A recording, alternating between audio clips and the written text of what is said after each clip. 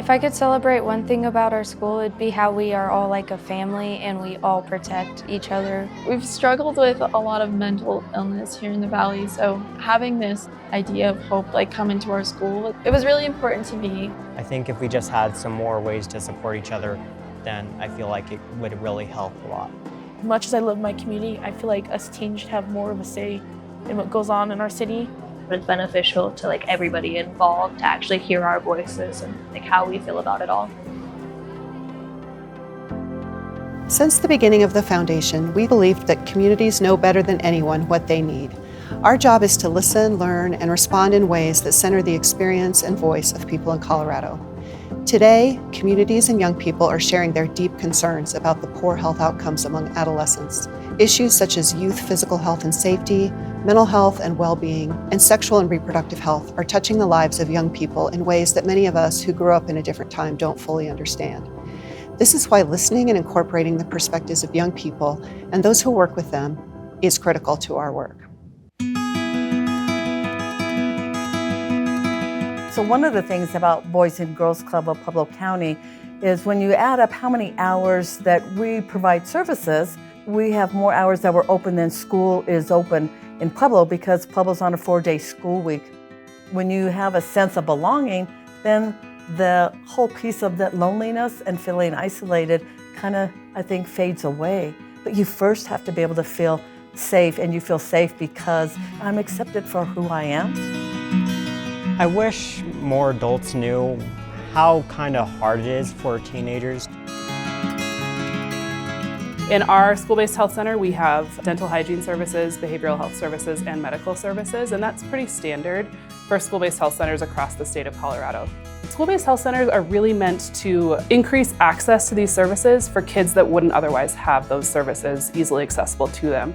I think it's really important for us as healthcare providers to educate families, to educate young people, to educate communities about the legal rights for adolescents so that they can access the care that's available to them. We are trying to help them build skills with somebody that they know that's not going to judge them, that is safe. Students need more support. They need more guidance, specifically more support within classrooms. I think our kids need to know we care for them and that their basic needs of food and water and shelter are being taken care of for them to perform academically the best that they can. I think it's just giving them opportunities to try and fail and giving them opportunities to experience things and celebrate their wins and celebrate the successes they have and then mentor and guide them through when things don't go well. I wish adults realize how hard it is for us kids to being able to not only fit our expectations, but the expectations of our parents, adults, and others. We do have some adolescents that are parenting, and we consider that 18 to 24, sometimes 16 to 24. I don't know if you remember when you were a new parent, but I'll tell you, it's a little scary. Sometimes we see grandmas and great-grandpas helping our younger people parent, but you can also get that from a nurse that will come to your home and visit you, or home providers that will come and teach you those ages and stages. Adolescents need to have a voice in that. And when they have a voice and they understand that they're being heard, it is so empowering. Based on what we're learning, we are excited to share that for the next decade, Caring for Colorado will focus our efforts in 3 important ways. First, our funding will be directed to improving health and well-being for young people ages 9 to 25 and their families. Second, we will promote health equity for young people by providing funding that reaches young people furthest from opportunity and those experiencing discrimination in any form. Third, we will prioritize prevention programs, system building, and policy development to create lasting generational change for young people in our state. We are committed to leveraging our resources, leadership, and expertise for young people and their families. We believe that if we're going to do the job that we need to do, we need families and community as partners.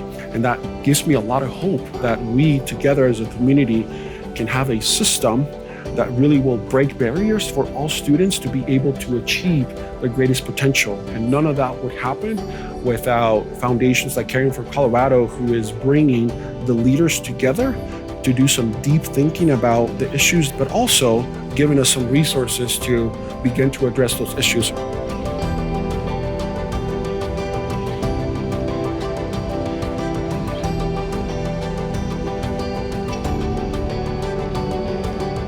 Today's young people are Colorado's future. We need to invest in them to help them realize the potential that they have within themselves.